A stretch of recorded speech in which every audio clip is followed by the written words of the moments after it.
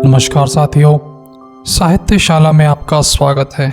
अगर आपको हिंदी कहानियाँ और कविताएं अच्छी लगती हो तो हमारे चैनल को सब्सक्राइब करें और बेल आइकन को प्रेस करें ताकि नई नई कहानियाँ और कविताएं आप तक पहुंचती रहें। प्रेमचंद को कौन नहीं जानता, इनकी रचनाएं अमर हो चुकी हैं और उन्हीं की एक रचना मंदिर और मस्जिद। वैसे मंदिर और मस्जिद आजकल भारत में बहुत ज़्यादा हो रहा है। अलग अलग समुदायों में भावनाएं भड़क रही हैं और लोग सद्भावना छोड़ करके आपस में वैर बांधे हुए हैं। पर ऐसा नया नहीं है। ऐसा नहीं है कि ये हालात अभी बने हैं। आज़ादी से पहले भी हालात ऐसे ही थे और इसी पर मुंशी प्रेमचंद की ये कहानी। चौधरी इतरत अली कड़े के बड़े जमींदार थे। उनके बुजुर्गों ने शाही ज़माने में अंग्रेज़ी सरकार की बड़ी बड़ी खिदमत की थी। उनके बदले में यह जागीर मिली थी। अपने सुप्रबंधन से उन्होंने अपनी मिल्कियत और बढ़ा ली थी और अब इस इलाके में उनसे ज़्यादा धनी मनी कोई आदमी न था। अंग्रेज़ी हुक्म जब इलाके में दौरा करने जाते तो चौधरी साहब की मिजाज पुरसी के लिए ज़रूर आते थे, मगर चौधरी साहब खुद किसी हाकिम को सलाम करने न जाते, चाहे वो कमिश्नर ही क्यों ना हो। उन्होंने कचहरियों में ना जाने का व्रत सा कर रखा था। किसी इजलास दरबार में भी ना जाते थे। किसी हाकिम के सामने हाथ बांधकर खड़ा होना और उसकी हर एक बात पर जी हुजूर करना अपनी शान के खिलाफ समझते थे। वह यथासाध्य किसी मामले मुकदमे में ना पड़ते थे, चाहे अपना नुकसान ही क्यों ना हो। यह काम 16 आने मुख्तारों के हाथों में होता था। वे 1 से 100 करे या 100 के 1 फारसी और अरबी के आलम थे। शरा के बड़े पाबंद, सूद को आराम समझते थे। 5 वक्त की नमाज अदा करते थे, 30 रोज़े रखते थे और नित्य कुरान की तलावात करते थे। मगर धार्मिक संकीर्णता कहीं छू नहीं गई थी। प्रातःकाल गंगा स्नान करना उनका नित्य का नियम था। पानी बरसे, पाला पड़े, पर 5 बजे वह कोस भर चलकर गंगा तट पहुंच जाते। लौटते वक्त अपनी चांदी की सुराही गंगा जल से भर लेते और हमेशा गंगा जी पीते। गंगा जी के सिवा वह कोई और पानी ना पीते थे। शायद कोई योगी यति भी गंगा जल पर इतनी श्रद्धा ना रखता होगा। उनका सारा घर भीतर से बाहर तक 7वें दिन गाय के गोबर से लिपा जाता। इतना ही नहीं, उनके यहाँ बगीचे में एक पंडित 12 मास दुर्गा पाठ भी किया करता था। साधु सन्यासियों का आदर सत्कार तो उनके यहाँ जितनी उदारता और भक्ति से किया जाता, उस पर राजाओं को भी आश्चर्य होता। यूं कहिए कि सदाव्रत चलता था।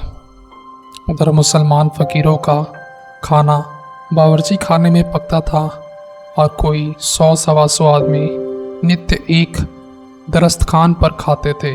इतना दान पुण्य करने पर भी उन पर किसी महाजन का 1 कौड़ी भी कर्ज न था। नियत की कुछ ऐसी बरकत थी कि दिन दिन उन्नति ही हो रही थी। उनकी रियासत में आम हुक्म था कि मुर्दे को जलाने के लिए, किसी यज्ञ या भोज के लिए, शादी ब्याह के लिए सरकारी जंगल से जितनी लकड़ी चाहे काट लो। चौधरी साहब से पूछने की ज़रूरत न थी। हिंदू असामियों की बारात में उनकी ओर से कोई ना कोई ज़रूर शरीक होता था। नवेद के रुपए बंधे होते थे। लड़कियों के विवाह में कन्यादान के रुपए मुकर्रर थे। उनको हाथी, घोड़े, तंबू, शामियाने, पालकी नालकी, फर्श जाजी में पंखे चवर, चांदी की महफिली सामान उनके यहाँ से बिना किसी दिक्कत के मिल जाते थे। मांगने भर की देर रहती थी। इस दानी, उदार, यशस्वी आदमी के लिए प्रजा भी प्राण देने को तैयार रहती थी। चौधरी साहब के पास एक राजपूती चपरासी था, भजन सिंह। पूरे 6 फुट का जवान, चौड़ा सीना, बाने का लठैत, सैकड़ों के बीच से मारकर निकल आने वाला। उसे भय तो छू भी नहीं सकता। चौधरी साहब को उस पर असीम विश्वास था, यहाँ तक कि हज करने गए तो उसे भी साथ लेते गए। उनके दुश्मनों की कमी न थी। आसपास के सभी जमींदार उनकी शक्ति और कीर्ति से जलते थे। चौधरी साहब के खौफ के मारे वे अपने असामियों पर मनमाना अत्याचार ना कर सकते थे, क्योंकि वह निर्बलों का पक्ष लेने के लिए सदा तैयार रहते थे। लेकिन भजन सिंह साथ हो तो उन्हें दुश्मन के द्वार पर भी सोने में कोई शंका न थी। ऐसा कई बार हुआ कि दुश्मनों ने उन्हें घेर लिया और भजन सिंह अकेला जान पर खेलकर उन्हें बेदाग निकाल लाया। ऐसे आग में कूद पड़ने वाला आदमी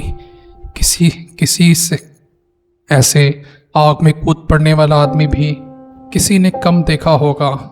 वह कहीं बाहर जाता, जब तक खैरियत से घर ना पहुंच जाए चौधरी साहब की शंका बनी रहती कि कहीं किसी से लड़ ना बैठा हो। बस पालतू भेड़ों की सी दशा थी, जो जंजीर से छूटते ही किसी न किसी से टक्कर लेने के लिए दौड़ता है। 3 लोगों में चौधरी साहब के सिवा उसकी निगाहों में कोई और न था। बादशाह कहो, मालिक कहो, देवता कहो, जो कुछ थे चौधरी साहब थे। मुसलमान लोग चौधरी साहब से जला करते थे। उनका ख्याल था कि वह अपने दीन से फिर गए हैं। ऐसा विचित्र जीवन सिद्धांत उनकी समझ में क्यों कर आता? मुसलमान सच्चा मुसलमान है तो गंगा जल क्यों पिए, साधुओं का आदर सत्कार क्यों करे, दुर्गा पाठ क्यों करावे। मुल्लाओं में उनके खिलाफ हांडियां पकती रहती थी और हिंदुओं को जक देने की तैयारी रहती थी। आखिर यह राय तय पाई गई कि ठीक जन्माष्टमी के दिन ठाकुर द्वारे पर हमला किया जाए और हिंदुओं का सर नीचा कर दिया जाए।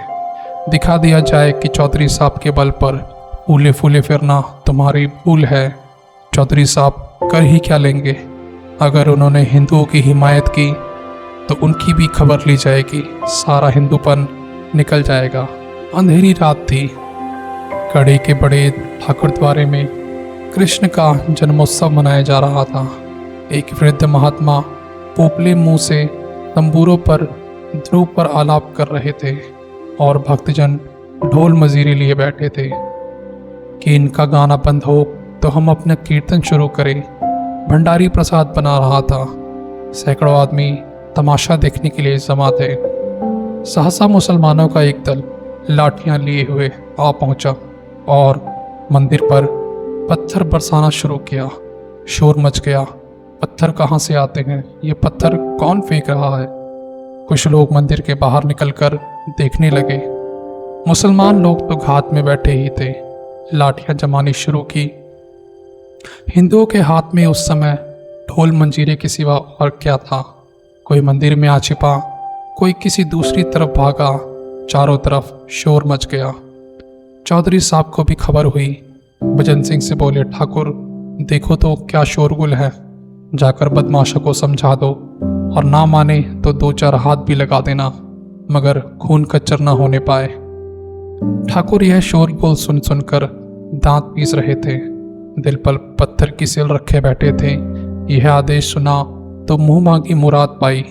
शत्रु भंजन डंडा कंधे पर रखा और लपके हुए मंदिर पहुंचे। वहीं मुसलमानों ने घोर उपद्रव मचा रखा था। कई आदमियों का पीछा करते हुए मंदिर में घुस गए थे और शीशे के सामान तोड़ फोड़ रहे थे। ठाकुर की आंखों में खून उतर आया, सिर पर खून सवार हो गया। ललकारते हुए मंदिर में घुस गए और बदमाशों को पीटना शुरू किया। एक तरफ तो वह अकेला और दूसरी तरफ 50 आदमी, लेकिन वहारे शेर अकेले सबके छक्के छुड़ा दिए। कई आदमियों को मार गिराया। गुस्से में उसे इस वक्त कुछ न सूझता था। किसी के मरने जीने की परवाह न थी। मालूम नहीं उसमें इतनी शक्ति कहाँ से आ गई। उसे ऐसा जान पड़ता था कि कोई देवी शक्ति मेरी मदद कर रही है। कृष्ण भगवान स्वयं उसकी रक्षा करते हुए मालूम होते थे। धर्म संग्राम में मनुष्यों से अलौकिक काम हो जाते हैं। उधर ठाकुर के चले आने के बाद चौधरी साहब को भय हुआ कहीं ठाकुर किसी का खून ना कर डाले। उसके पीछे खुद भी मंदिर में आ पहुंचे। देखा तो कोहराम मचा हुआ था। बदमाश लोग अपनी जान ले लेकर बेतहाशा भागे जा रहे हैं। कोई पड़ा करा रहा है, कोई हाय हाय कर रहा है। ठाकुर को पुकारना ही चाहते थे कि सहसा एक आदमी भागा हुआ आया और उनके सामने आता आता ज़मीन पर गिर पड़ा। चौधरी साहब ने उसे पहचान लिया और दुनिया आंखों में अंधेरी हो गई। यह उनका इकलौता दामाद और उनकी जायदाद का वारिस शाहिद हुसैन था। चौधरी ने दौड़कर शाहिद को संभाला और जोर से बोले, ठाकुर इधर आओ, लालटेन लालटेन। आह, यह तो मेरा शाहिद है। ठाकुर के हाथ पांव फूल गए। लालटेन लेकर बाहर निकले शाहिद हुसैन ही थे। उनका सिर फट गया था और रक्त उछलता हुआ निकल रहा था। चौधरी ने सिर पीटते हुए कहा, ठाकुर तूने तो मेरा चिराग ही गुल कर दिया। ठाकुर ने थरथर कांपते हुए कहा, मालिक भगवान जानते हैं मैंने पहचाना नहीं। चौधरी नहीं, मैं तुम्हारे ऊपर इल्ज़ाम नहीं रखता। भगवान के मंदिर में किसी को घुसने का अख्तियार नहीं। अफसोस यही है कि खानदान का निशान मिट गया और तुम्हारे हाथों तुमने मेरे लिए हमेशा अपनी जान हथेली पर रखी और खुदा ने तुम्हारे ही हाथों मेरा सत्यानाश कर दिया। चौधरी साहब रोते जाते थे और ये बातें कहते जाते थे। ठाकुर ग्लानि और पश्चाताप से गड़ा जा रहा था। अगर उसका अपना लड़का मर गया होता तो उसे इतना दुख ना होता। आह, मेरे हाथों मेरे मालिक का सर्वनाश हुआ, जिसके पसीने की जगह वह खून बहाने को तैयार रहता था, जो उसका स्वामी ही नहीं इष्ट था, जिसके जरा से इशारे पर वह आग में कूद सकता था। उसी के वंश की उसने जड़ काट दी। वह उसकी आस्तीन का सांप निकला। रोंदे हुए कंठ से बोला, सरकार मुझसे बढ़कर भागा और कौन होगा। मेरे मुंह पर कालिक लग गई। यह कहते कहते ठाकुर ने कमर से छुरा निकाल लिया। वह अपनी छाती में छुरा गोपकर कालीमा को रक्त से धोना चाहता था, लेकिन चौधरी साहब ने लपक कर छुरा उसके हाथ से छीन लिया और बोले, क्या करते हो, होश संभालो। यह तकदीर के करिश्मे हैं, इसमें तुम्हारा कोई कसूर नहीं। खुदा को जो मंजूर था वह हुआ। मैं अगर कुछ शैतान के बहकावे में आकर मंदिर में घुसता और देवता की तौहीन करता तो तुम मुझे पहचान कर भी कत्ल कर देते, तो भी मैं अपना खून माफ़ कर देता। किसी के दीन की तौहीन करना सबसे बड़ा गुनाह है। इस वक्त मेरा कलेजा फटा जा रहा है और यह सदमा मेरी जान ही लेकर छोड़ेगा, और खुदा गवाह है कि मुझे तुमसे ज़रा भी मलाल नहीं है। तुम्हारी जगह मैं होता तो मैं भी यही करता, चाहे मेरे मालिक का बेटा ही क्यों ना हो। घर वाले मुझे ताने से छेदेंगे, लड़की रो रो कर मुझसे खून का बदला मांगेगी। सारे मुसलमान मेरे खून के प्यासे हो जाएंगे। मैं काफिर और बेदीन कहा जाऊंगा। शायद कोई दीन का पक्का नौजवान मुझे कत्ल करने पर भी तैयार हो जाए, लेकिन मैं हक से मुंह न मोड़ूंगा।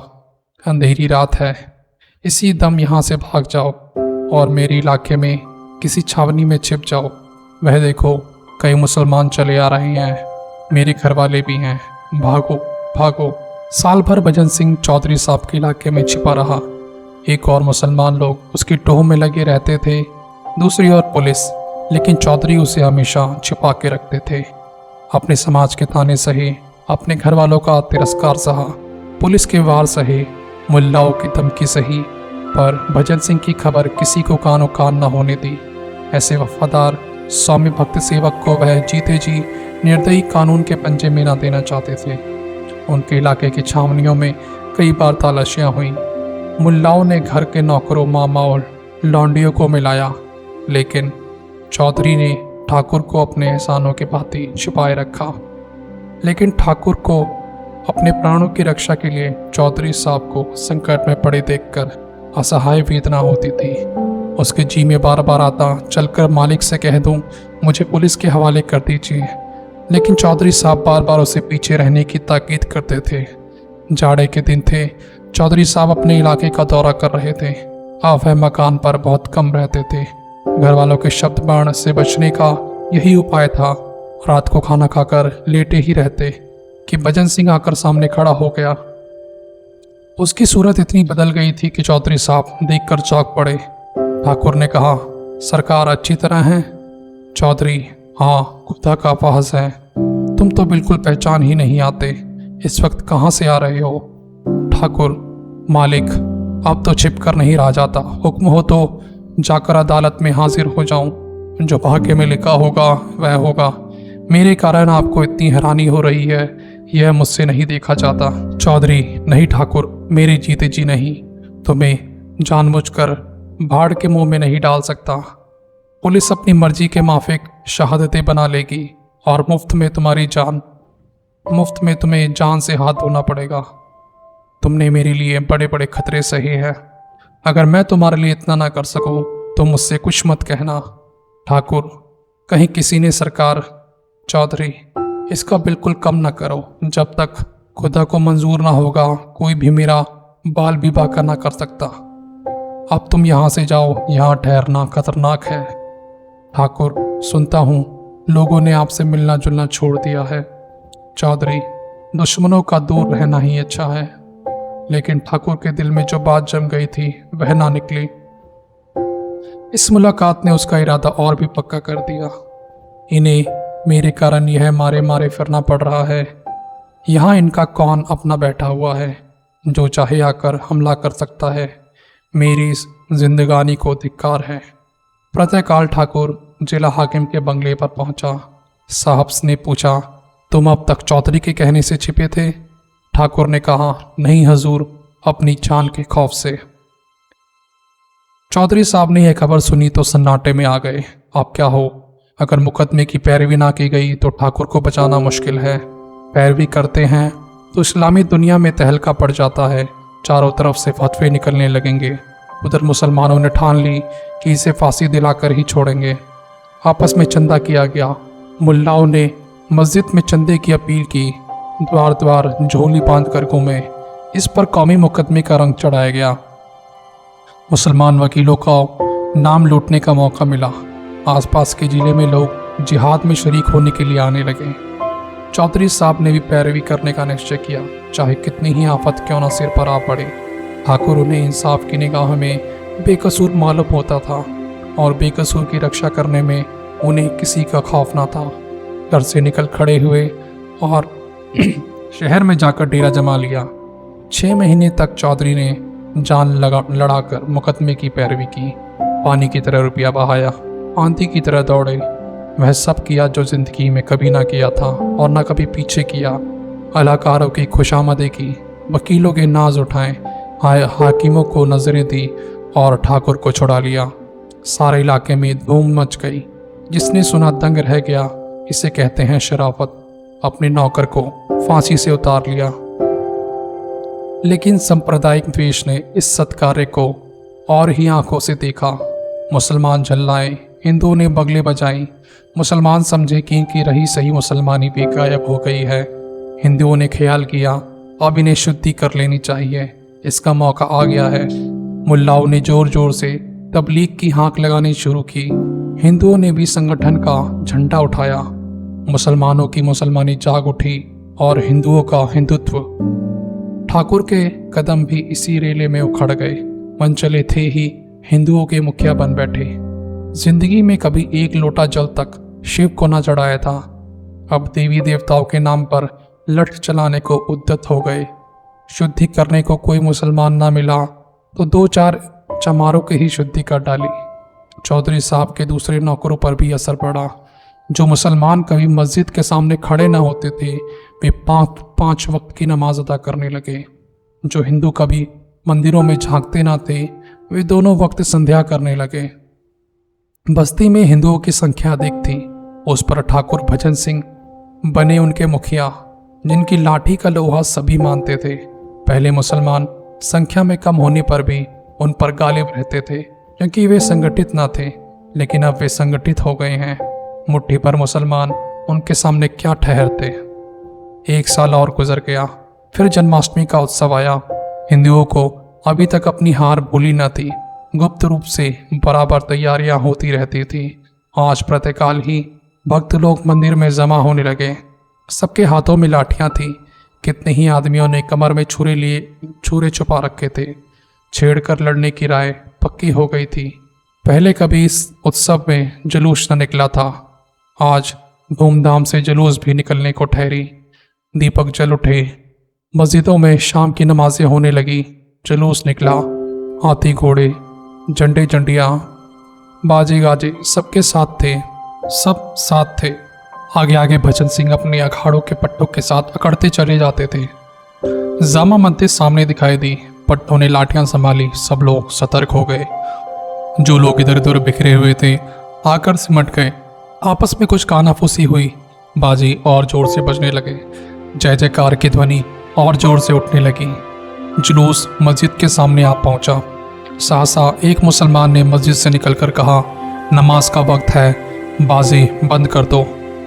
भजन सिंह, बाजे बंद ना होंगे, मुसलमान, बंद करने पड़ेंगे। भजन सिंह, तुम अपनी नमाज क्यों नहीं बंद कर देते? मुसलमान, चौधरी साहब के बल पर मत भूलना, अब की होश ठंडे हो जाएंगे। भजन सिंह, चौधरी साहब के बल पर तुम भूलो, यहाँ अपने ही बल का भरोसा है, यह धर्म का मामला है। इतने में कुछ और मुसलमान निकल आए और बाजी बंद करने का आग्रह करने लगे। इधर और जोर से बाजे बजने लगे। बात बढ़ गई। एक मौलवी ने भजन सिंह को काफिर कह दिया। ठाकुर ने उसकी दाढ़ी पकड़ ली।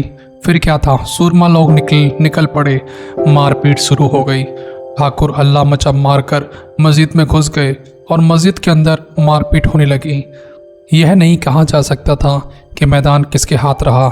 हिंदू कहते थे हमने खदेड़ खदेड़ कर मारा, मुसलमान कहते थे हमने वह मार मारी कि फिर सामने नहीं आएंगे। पर इन विवादों के बीच एक बात मानते थे कि वह थी कि ठाकुर भजन सिंह की अलौकिक वीरता। मुसलमानों का कहना था कि ठाकुर ना होता तो हम किसी को जिंदा ना छोड़ते। हिंदू कहते थे कि ठाकुर सचमुच महावीर का अवतार हैं। इसकी लाठियों ने सबके छक्के छुड़ा दिए। उत्सव समाप्त हो चुका था। चौधरी साहब दीवान खाने में बैठे हुए हुक्का पी रहे थे। उनका मुख लाल था, त्योरियां चढ़ी हुई थी और आंखों से चिंगारियां निकल रही थी। खुदा का घर नापाक किया गया है, यह ख्याल रह रहकर उनके कलेजे में बसोसता था। खुदा का घर नापाक किया गया है, जालिमों को लड़ने के लिए क्या नीचे मैदान में जगह न थी? खुदा के पाक घर में यह खून खच्चर। मस्जिद की यह बेहुरमती मंदिर भी खुदा का घर है और मस्जिद भी। मुसलमान किसी मंदिर को नापाक करने के लिए सजा के लायक हैं, क्या हिंदू मस्जिद को नापाक करने के लिए उसी सजा के लायक नहीं? और यह हरकत ठाकुर ने की, इसी कसूर के लिए तो उसने मेरे दामाद का कत्ल किया। मुझे मालूम होता कि उसके हाथों ऐसा फल होगा तो फांसी पर चढ़ने देता। क्यों उसके लिए इतना हैरान, इतना बदनाम, इतना ज़ेबार होता? ठाकुर मेरा वफादार नौकर है, उसने 12 मेरी जान बचाई है। मेरे पसीने की जगह खून बहाने को तैयार रहता है, लेकिन आज उसने खुदा के घर को नापाक किया है और इसकी सज़ा उसे मिलनी चाहिए। इसकी सज़ा क्या है? जहन्नुम की आग के सिवा इसकी और कोई सज़ा नहीं। जिसने खुदा के घर को नापाक किया उसने खुदा की तौहीन की है, खुदा की तौहीन। सहसा ठाकुर भजन सिंह सामने आकर खड़े हो गए। चौधरी साहब ने ठाकुर को क्रोधान्मत्त आंखों से देखा। तुम मस्जिद में घुसे थे? भजन सिंह, सरकार, मौलवी लोग हम पर टूट पड़े। चौधरी, मेरी बात का जवाब दो, तुम मस्जिद में घुसे थे? भजन सिंह, उन लोगों ने मस्जिद के भीतर से हमारे ऊपर पत्थर फेंकने शुरू किए, तब हम लोग उन्हें पकड़ने के लिए मस्जिद में घुस गए। चौधरी, जानते हो मस्जिद खुदा का घर है। भजन सिंह, जानता हूँ हुजूर, क्या इतना भी नहीं जानता? चौधरी, मस्जिद खुदा का वैसा ही पाक घर है जैसे मंदिर। भजन सिंह ने इसका कुछ जवाब न दिया। चौधरी, अगर कोई मुसलमान मंदिर को नापाक करने के लिए गर्दन जदनी है तो हिंदू भी मस्जिद को नापाक करने के लिए गर्दन जदनी है। भजन सिंह इसका भी कुछ जवाब ना दे सका। उसने चौधरी साहब को कभी इतने गुस्से में ना देखा था। चौधरी, तुमने मेरे दामाद को कत्ल किया और मैंने तुम्हारी पैरवी की। जानते हो क्यों? इसलिए कि मैं अपने दामाद को उस सजा के लायक समझता था जो तुमने उसे दी। अगर तुमने मेरे बेटे को या मुझी को उस कसूर के लिए मार डाला होता तो मैं तुमसे खून का बदला ना मांगता। वही कसूर आज तुमने किया है। अगर किसी मुसलमान ने मस्जिद में तुम्हें जहन्नुम में पहुंचा दिया होता तो मुझे सच्ची खुशी होती, लेकिन तुम बेहयाओं की तरह वहां से बचकर निकल आए। क्या तुम समझते हो खुदा तुम्हें इस फल की सजा ना देगा? खुदा का हुक्म है, जो उसकी तौहीन करे उसकी गर्दन काट देनी चाहिए। यह हर एक मुसलमान का फर्ज है। चोर अगर सजा ना पावे तो क्या वह चोर नहीं है? तुम मानते हो या नहीं कि तुमने खुदा की तौहीन की? ठाकुर इस अपराध से इनकार ना कर सके। चौधरी साहब के सत्संग ने हठ धर्मी को दूर कर दिया था। बोले, हाँ साहब, यह कसूर तो हो गया। चौधरी, इसकी जो सजा तुम दे चुके हो, वह सजा खुद लेने के लिए तैयार हो? ठाकुर, मैंने जानबूझकर तो दूल्हे मियाँ को नहीं मारा था। चौधरी, तुमने ना मारा होता तो मैं अपने हाथों से मारता, समझ गए? अब मैं तुमसे खुदा की तौहीन का बदला लूंगा। बोलो, मेरे हाथों चाहते हो या अदालत के हाथों? अदालत से कुछ दिनों के लिए सजा पा जाओगे। मैं कत्ल करूंगा, तुम मेरे दोस्त हो। मुझे तुमसे मुतलक किना नहीं है। मेरे दिल को कितना रंज है यह खुदा के सिवा और कोई नहीं जान सकता, लेकिन मैं तुम्हें कत्ल करूंगा। यह मेरे दीन का हुक्म है। यह कहते हुए चौधरी साहब तलवार लेकर ठाकुर के सामने खड़े हो गए। विचित्र दृश्य था। एक बूढ़ा आदमी सिर के बाल पके, कमर झुकी, तलवार लिए एक देव के सामने खड़ा था। ठाकुर लाठी के एक ही वार से उनका काम तमाम कर सकता था, लेकिन उसने सर झुका दिया। चौधरी के प्रति उसका रोम रोम श्रद्धा से परिपूर्ण था। चौधरी साहब अपने दीन के इतने पक्के हैं, इसकी उसने कभी कल्पना तक न की थी। उसे शायद धोखा हो गया था। यह दिल से हिंदू हैं। जिस स्वामी ने उसे फांसी से उतार लिया, उसके प्रति हिंसा या प्रतिकार का भाव उसके मन में क्यों ही आता? वह दिलेर था और दिलेरों की भांति निष्कपट था। इस समय उसे क्रोध न था, पश्चाताप था। दीन कहता था मारो, सज्जनता कहती थी छोड़ो। दीन और धर्म में संघर्ष हो रहा था। ठाकुर ने चौधरी को असमंजस में देखा। गदगद कंठ से बोले, मालिक, आपकी दया मुझ पर हाथ न उठाने देगी। अपने पाले हुए सेवक को आप मार नहीं सकते, लेकिन यह सर आपका है। आपने इसे बचाया है, आप इसे ले सकते हैं। यह मेरे पास आपकी अमानत थी, वह अमानत आपको मिल जाएगी। सवेरे मेरे घर किसी को भेजकर मंगवा लीजिएगा। यहाँ दूंगा तो उपद्रव खड़ा हो जाएगा। घर पर कौन जाएगा? किसने मारा? जो भूल चूक हो चुकी है, क्षमा कीजिए। यह कहता हुआ ठाकुर वहाँ से चला गया। धन्यवाद।